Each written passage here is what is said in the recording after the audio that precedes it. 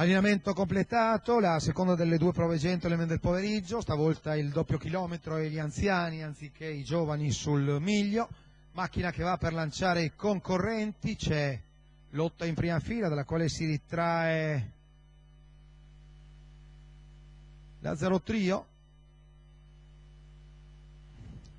Lido Papp è andato davanti, parte bene Ivanov B al largo di tutti. Scavalca, c'è stato l'errore di cavallo numero 5, Nilla Jet, squalificato. 15,5 di frazione. Ivanov B nettamente leader,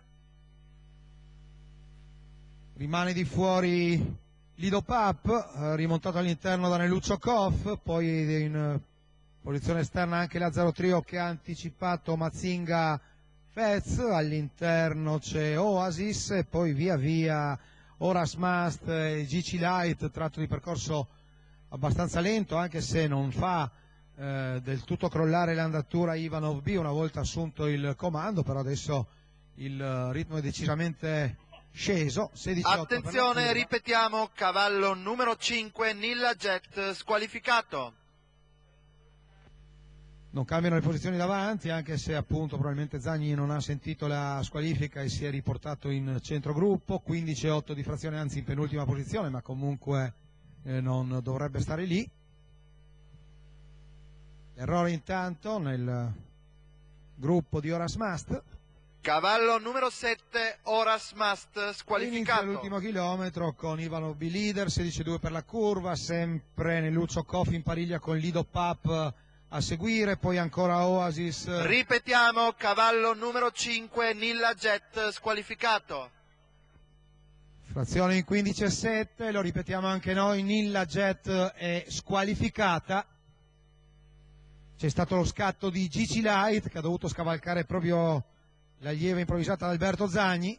15,2 per la penultima curva, scappa a traguardo lontano Giancarlo Moretti con Ivanov B, in terza ruota si è stoppata la puntata di GC Light, sul passo prova a muovere dal fondo anche Mazinga Fez che va a scurvare larghissimo all'ingresso dell'ultima curva. 15,1 la frazione, c'è sempre Neluccio Koff nella scia immediata di Ivanov B, poi cerca di svincolarsi anche la Zero Trio.